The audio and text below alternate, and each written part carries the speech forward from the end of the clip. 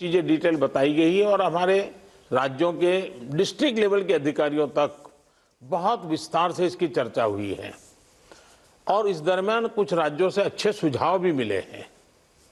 केंद्र और राज्यों के बीच इस संवाद और सहयोग ने कोरोना से लड़ाई में बहुत बड़ी भूमिका निभाई है। एक प्रकार से फेडरलिज्म का उत्तम उदाहरण इस सारी लड़ाई में हम लोगों ने प्रस्तुत किया है। साथियों, आज हमारे देश के पूर्व प्रधानमंत्री स्वर्गीय लाल बहादुर शास्त्री जी की पुण्यतिथि भी है। मैं उन्हें अपनी भावभीनी श्रद्धांजलि अर्पित करता हूं। 1965 में शास्त्री जी ने एडमिनिस्ट्रेटिव सर्विस की एक कॉन्फ्रेंस में एक महत्वपूर्ण बात कही थी, जिसका जिक्र मैं यहां आपके सामने करना चाहता हूं। उन्होंने कहा था कि the basic idea of governance as I see it is to hold the society together so that it can develop and march towards certain goals. The task of the government is to facilitate this evolution, this process. मुझे संतोष है कि corona के इस संकट काल में हम सभी ने एकजुट होकर काम किया। जो सीख लाल बहादुर शास्त्री जी ने दी थी उसी पर चलने का हम सब ने प्रयास किया और इस दरमियान संवेदनशीलता के साथ त्वरित फैसले भी किए गए, जरूरी संसाधन भी जुटाए गए और देश की जनता को निरंतर हम लगातार जागरूक भी करते रहे। और आज इसी का परिणाम है कि भारत में कोरोना का संक्रमण वैसा नहीं है और न ही वैसा फैला है जैसा दुनिया के अन्य देशों में हमने देखा है। जितनी घबराहट और चिंता 7-8 महीने पहले देशवासियों में थी, अब लोग उससे बाहर निकल चुके हैं। ये अच्छी स्थिति है, लेकिन केयरलेस न हो जाए ये भी हमें चिंता करनी है। देशवासियों में बढ़ते विश्वास का प्रभाव आर्थिक गतिविधियों पर भी सकारात्मक रूप से दिखाई दे रहा है। मैं आपके राज्य प्रशासन की भी दिन रात जुटे रहने के लिए प्रशंसा करता हूं। साथियों, अब हमारा देश कोरोना के खिलाफ लड़ाई में एक निर्णायक चरण में प्रवेश कर रहा है। ये चरण है वैक्सीनेशन का। जैसे यहां जिक्र हुआ, 16 जनवरी से हम दुनिया का सबसे बड़ा टीकाकरण अभियान शुरू कर रहे हैं। ये हम सभी के लिए गौरव की बात है कि जिन 2 वैक्सीन को इमरजेंसी यूज ऑथराइजेशन दिया गया है वो दोनों ही मेड इन इंडिया है। इतना ही नहीं, 4 और वैक्सीन प्रोग्रेस में है और ये जो मैं करीब 60-70% काम पहले राउंड का होने के बाद बैठने की चर्चा इसलिए करता हूं कि उसके बाद और वैक्सीन भी आ जाएगी और जब और वैक्सीन आ जाएगी तो हमें फ्यूचर का प्लान करने में वो भी एक बहुत बड़ी सुविधा रहेगी। और इसलिए सेकंड पार्ट इसका जो है, जो हम 50 से ऊपर वालों के लिए जाने वाले हैं, तब तक शायद हमारे पास और भी कुछ वैक्सीन आने की संभावनाएं हैं। साथियों, देशवासियों को एक प्रभावी वैक्सीन देने के लिए हमारे एक्सपर्ट्स ने हर प्रकार की सावधानियां बरती हैं और अभी साइंटिफिक कम्युनिटी की तरफ से विस्तार से हमें बताया भी गया है। और आपको मालूम होगा, मैं इस विषय में जब भी मुख्यमंत्रियों के साथ बात हुई, मैंने हमेशा एक ही जवाब दिया था कि इस विषय में हम जो भी निर्णय करना होगा वो साइंटिफिक कम्युनिटी जो कहेगी वो ही हम करेंगे। साइंटिफिक कम्युनिटी को ही हम फाइनल वर्ड मानेंगे और हम उसी प्रकार चलते रहे हैं। कई लोग कहते थे, देखिए दुनिया में वैक्सीन आ गई, भारत क्या कर रहा है, भारत सो रहा है, इतने लाख हो गया, इतना हो गया, भारत कुछ ऐसी भी चिल्लाहट हुई, लेकिन फिर भी हमारा मत था कि ये साइंटिफिक कम्युनिटी और जो इसके लिए जिम्मेवार लोग हैं उनकी तरफ से जब आएगा तभी हमारे लिए उचित होगा, और हम उसी दिशा में चले हैं। बड़ी बात जो मैं दोहराना चाहता हूं कि हमारी दोनों वैक्सीन दुनिया की दूसरी वैक्सीन से ज्यादा कॉस्ट इफेक्टिव है। हम कल्पना कर सकते हैं, अगर भारत को कोरोना टीकाकरण के लिए विदेशी वैक्सीन पर पूरी तरह निर्भर रहना पड़ता तो हमारे क्या हालत होते, कितनी बड़ी मुश्किल होती, हम उसका अंदाज लगा सकते हैं। ये वैक्सीन भारत की स्थितियां और परिस्थितियों को देखते हुए निर्मित की गई है। भारत के टीकाकरण का जो अनुभव है, जो दूर सुदूर क्षेत्रों तक पहुंचने की व्यवस्थाएं हैं, वो कोरोना वैक्सीनेशन कार्यक्रम में बहुत उपयोगी सिद्ध होने वाली है। साथियों, आप सभी राज्यों के साथ सलाह मशवरा करके ही ये तय किया गया है कि टीकाकरण अभियान की शुरुआत में किसे प्राथमिकता दी जाएगी।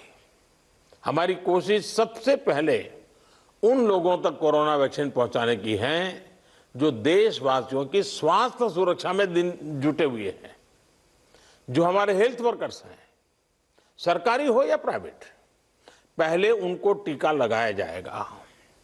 इसके साथ साथ हमारे जो सफाई कर्मचारी हैं, दूसरे फ्रंटलाइन वर्कर्स हैं, सैन्य बल है, पुलिस और केंद्रीय बल हैं, होमगार्ड है, डिजास्टर मैनेजमेंट वॉलेंटियर समेत तमाम सिविल डिफेंस के जवान हैं, कंटेनमेंट और सर्वेलेंस से जुड़े रेवेन्यू कर्मचारी हैं, ऐसे साथियों को भी पहले चरणों में टीका लगाया जा रहा है। देश के अलग अलग राज्यों के हेल्थ वर्कर्स, फ्रंटलाइन वर्कर्स की संख्या देखें तो एक करीब 3 करोड़ होती है।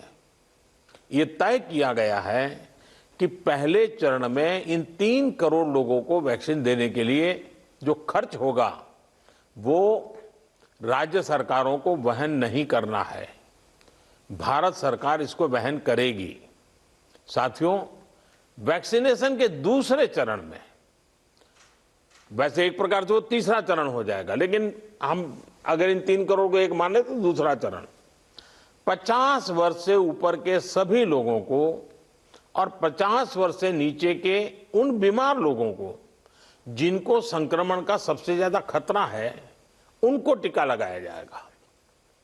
आप सभी परिचित हैं कि बीते कुछ हफ्तों में जरूरी इंफ्रास्ट्रक्चर से लेकर लॉजिस्टिक तक की तैयारियां सभी राज्यों और केंद्र शासित प्रदेशों के साथ विचार विमर्श करके, लगातार मीटिंगें करके, मॉड्यूल्स बना करके इसको पूरा किया गया है।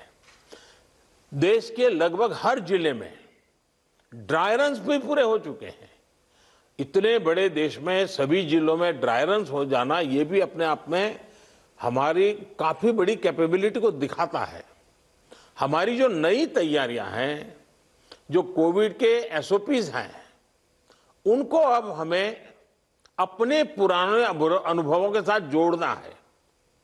भारत में पहले से ही अनेक यूनिवर्सल इम्यूनाइजेशन प्रोग्राम ऑलरेडी चल रहे हैं, हमारे लोग बड़ी सफलतापूर्वक कर भी रहे हैं।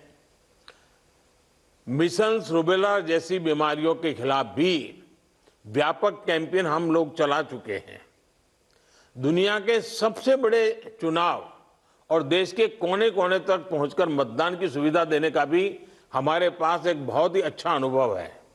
इसके लिए जो बूथ स्तर की रणनीति हम बनाते हैं, उसी को हमें यहां भी प्रयोग में लाना है। साथियों, इस टीकाकरण अभियान में सबसे अहम उनकी पहचान और मॉनिटरिंग का है जिनको टीका लगाना है। इसके लिए आधुनिक टेक्नोलॉजी का उपयोग करते हुए कोविन नाम का एक डिजिटल प्लेटफॉर्म भी बनाया गया है।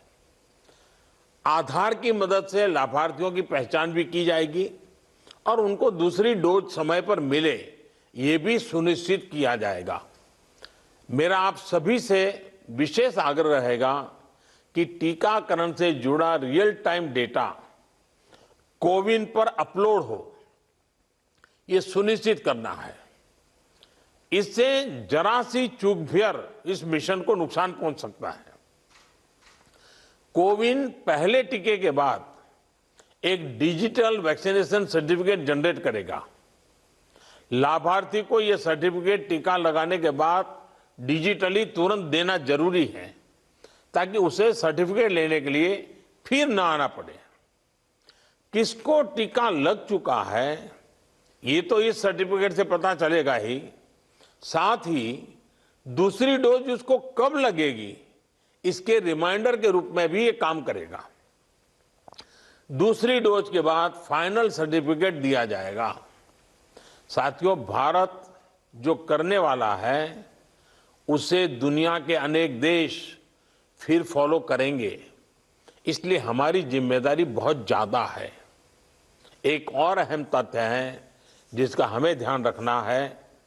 दुनिया के 50 देशों में